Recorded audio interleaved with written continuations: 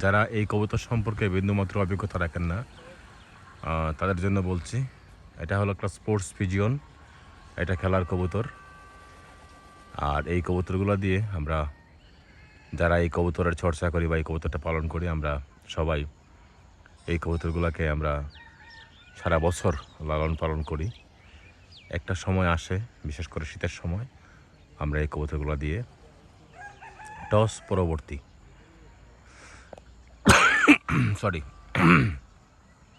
Toss পরবর্তী আমরা race করার চেষ্টা করি।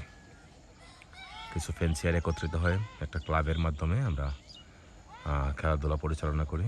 এর মধ্য থেকে দূর থেকে যার কবুতর সর্বপ্রথম বাসায় আসতে পারে, লোকেশন ক্যাপচার করে, গতি যার কবুতরের বেশি, সেই আপনার ফার্স্ট সেকেন্ড থার্ড এভাবে নির্ণয় হয়। আর তার দ্বারা